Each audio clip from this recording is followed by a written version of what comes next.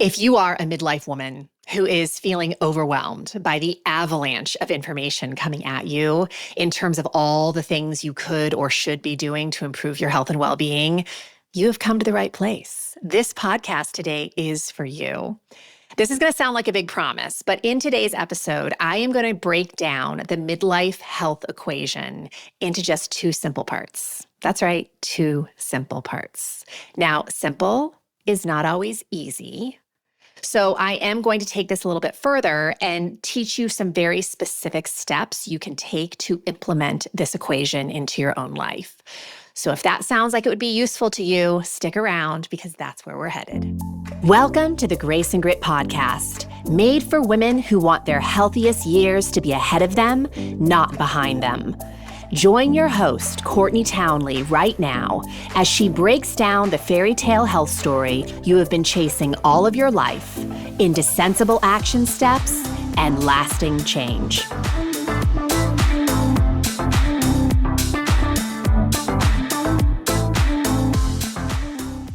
Welcome to the Grace and Grit podcast. I'm your host, Courtney Townley, and for the past 25 years, I have been helping midlife women all over the world take better care of themselves with more consistency and ease. And in today's episode, we are diving into the two-step formula for midlife health mastery. You know, throughout my career in health and wellness, I have witnessed countless women navigating the hormonal roller coaster that is midlife. And I have witnessed some women travel through it pretty seamlessly, and other women kind of travel through it more like a tsunami. And in my early years of my career, I'm kind of embarrassed to admit this, but I assumed that the women who were traveling less gracefully really just needed to focus more on diet and exercise because that was a limitation of my education. I only knew about diet and exercise. But of course, as I evolved as a wellness practitioner and I got more education and I matured in my career, I really came to realize that there are so many elements at play during midlife that can introduce unnecessary stress into our lives. And the good news is there are also a lot of things that we can do, practices that we can adopt to help expand our capacity to tolerate stress. And this conversation about stress really matters to our health, especially at midlife, for three primary reasons. Number one, managing your total stress load at really any age and stage of life is the linchpin to health, cell to soul. It is the key factor to helping us improve our health. But number two, biochemically, we aren't as equipped to manage stress at midlife in the way that we once were. And what I'm namely speaking to, of course, is the decline in hormones like estrogen and progesterone that start to decline at midlife that make us less able to counter things like cortisol in our system. And thirdly, excessive stress over long periods of time without the hormones on board to help us manage that stress can lead to a tremendous amount of unnecessary suffering. So what's a woman to do, right? Well, I would say the best thing a woman can do at midlife is to learn how to manage her stress effectively. And this is not about just signing up for a new diet program or a new exercise program. So let's talk a little bit about understanding stress management. There is a common misconception that stress management means eradicating stress entirely from your life. That is not the conversation I want to have here. A stress-free life is a life without growth. In fact, certain kinds of stress are crucial to your health and well-being. Intentional stress, like strength training, right? Muscle grows when it is intentionally stressed. bones become denser. Neural connections in the brain are strengthened. Even your immune system gets a boost from short bursts of stress. This is because the right kind of stress in the right dose at the right time actually amplifies cellular integrity. It makes your cells healthier and more able to do the work they need to do to support you. And there's actually a name for this stress. If you're a longtime listener of the show, you have heard me mention this many times. It's called eustress. Eustress is what I like to refer to as on-purpose stress. It is the kind of stress that we pursue to become happier and healthier humans on purpose. So think about starting your dream job, lifting weights, learning a new language, setting boundaries, or even having difficult conversations. All of these things can create positive, healthy stress that expands your well-being. On the other hand, we certainly have distress, the unnecessary stress that wreaks havoc on your health and your life. So some examples of this would be like poor time management, eating nutrient void foods, so foods that don't have much nutrition to them, sleep deprivation, negative self-talk, or maybe constantly worrying about worst-case scenarios. None of those things are actually benefiting your life on the other side. And I'm sure you know this type of stress all too well, because I see a lot of people drowning in this type of stress. So ultimately, what really matters for your health is the total stress load that you are carrying at any given time, otherwise known as your allostatic load.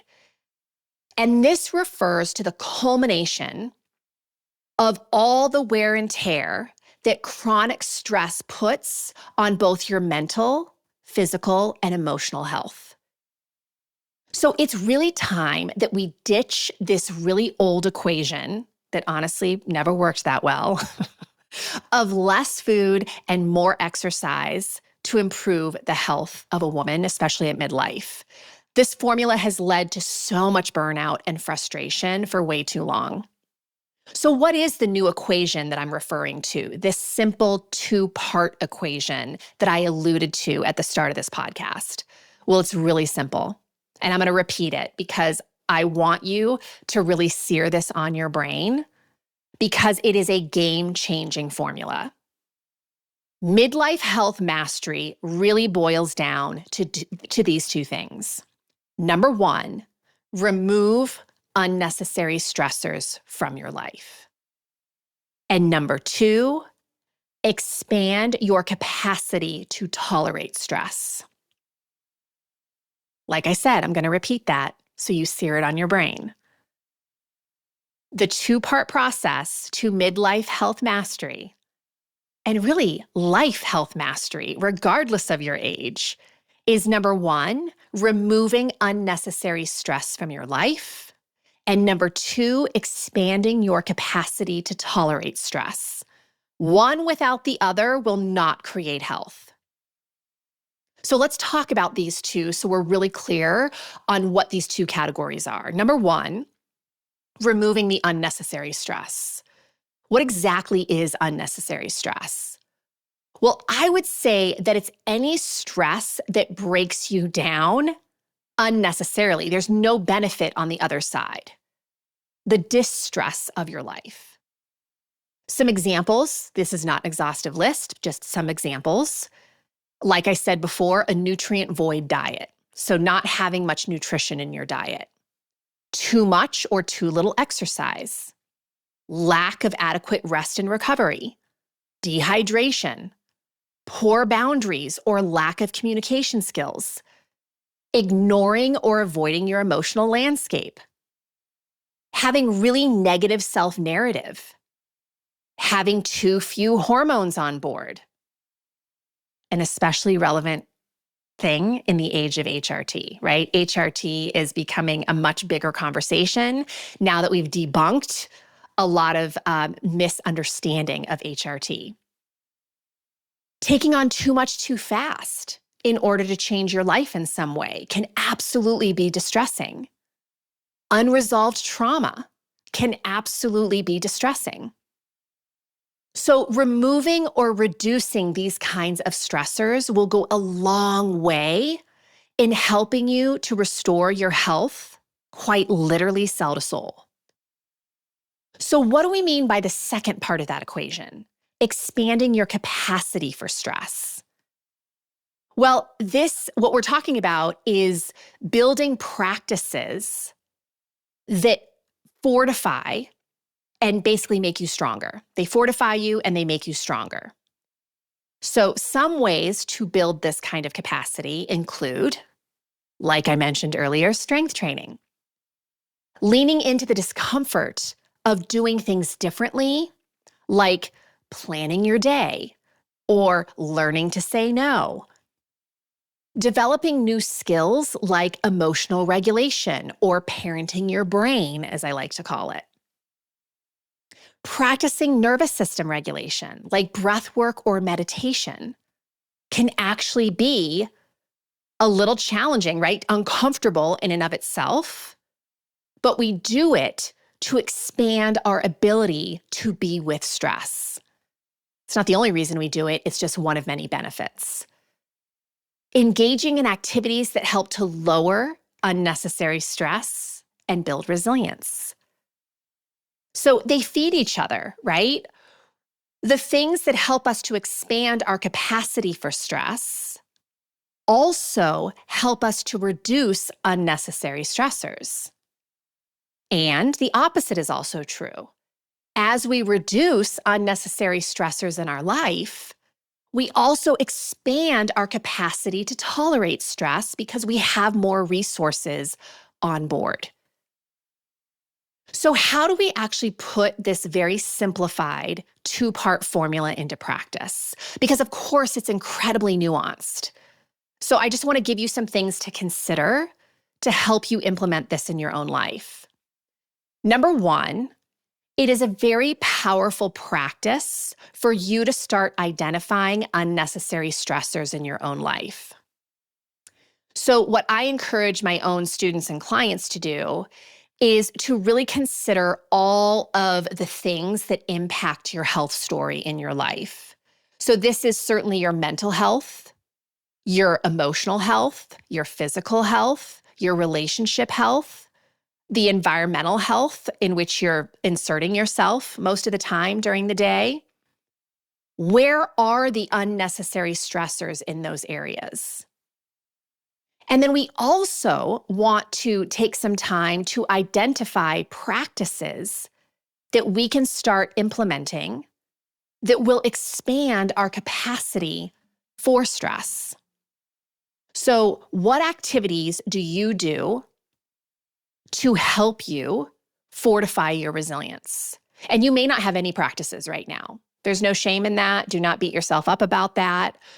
We're just acknowledging that. And if you are someone who doesn't have practices right now that help to make you more resilient, what a great thing to know. Because that's an easy fix. We can insert some practices to help you expand your capacity to tolerate stress. This could be anything from lifting weights to learning better time management skills to, for some people, practicing meditation or learning how to journal. There's all kinds of ways that you can enter these waters.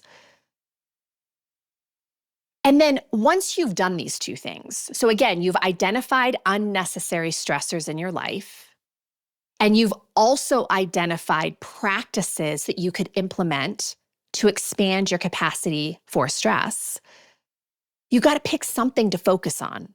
Like pick an area to focus on first. You can't focus on all the things at once. You could try, but it's a recipe for disaster. You will overwhelm your brain, and an overwhelmed brain will just say, I'm not doing anything.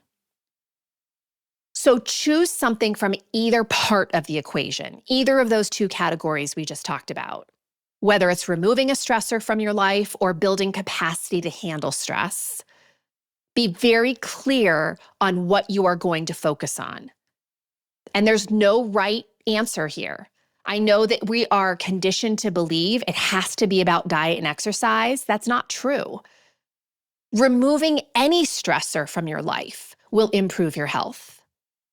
Expanding your capacity to tolerate stress in any way will improve your health and well-being. So think bigger than diet and exercise. What is that one thing going to be for you? I will tell you that something that can be really helpful here is I do try to encourage my clients to focus on something to start rather than something to stop. So rather than telling yourself, you know what, I'm not going to eat sugar anymore, you could lean into the practice of, I'm not going to buy sugar to have in the house, and I'm going to up-level my consumption of things like fruits and vegetables to help satiate me and kind of curb the craving for sugar. Here's why I think this is powerful. When you focus on what you're going to start rather than what you're going to stop, there's a little bit less resistance, because when we tell ourselves we can't do something, the inner toddler comes out full force, and we just want to do the thing all the more. And when we focus on what we are going to start, naturally, we're going to stop doing so much of the thing that we didn't want to be doing so much of in the first place. The other thing I would say is really important here is once you have a focus, you have to mind the dose. So is your commitment too big? And you're going to know if it's too big if you have fierce resistance to doing it.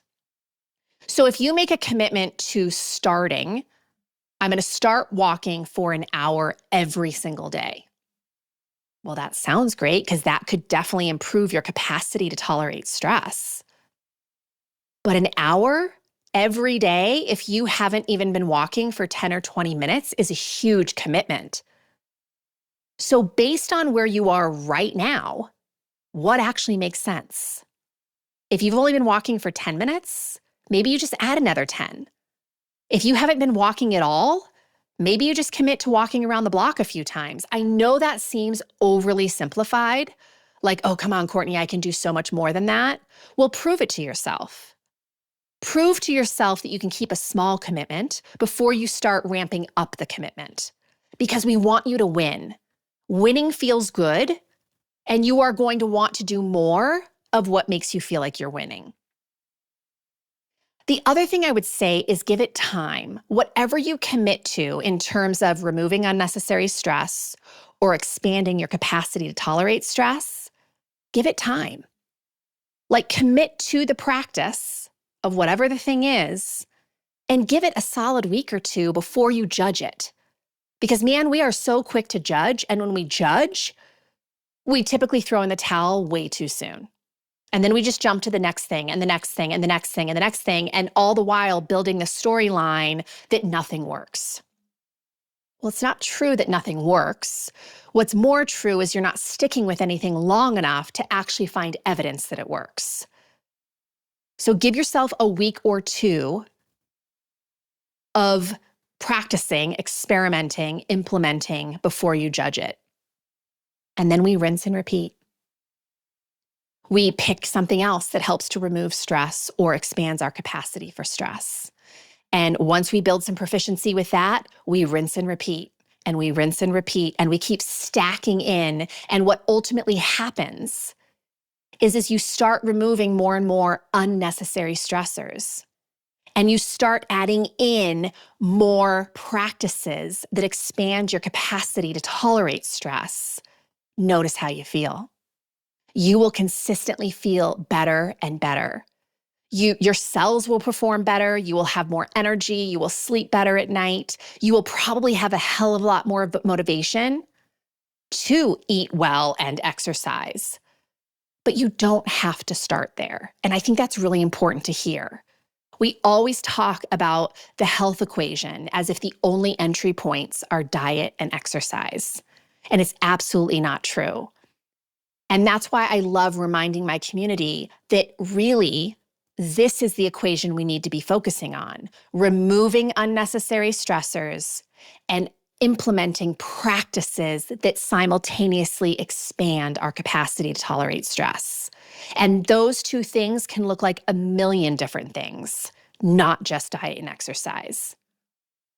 All right, my friends, I hope that was helpful. Thank you for tuning into the Grace and Grit podcast. If you found today's episode useful, don't forget to like and subscribe and share with a few fellow midlife women who might benefit from learning how to manage their stress more effectively. Remember, your health journey is not a destination. It is a lifelong process, and every step that you make towards reducing unnecessary stress and also expanding your capacity to tolerate it is a step in the right direction. So until next time, take care of yourself, and I will see you very soon.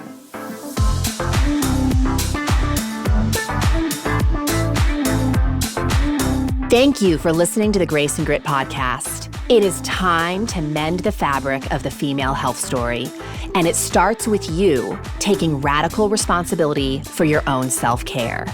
You are worth the effort, and with a little grace and grit, anything is possible.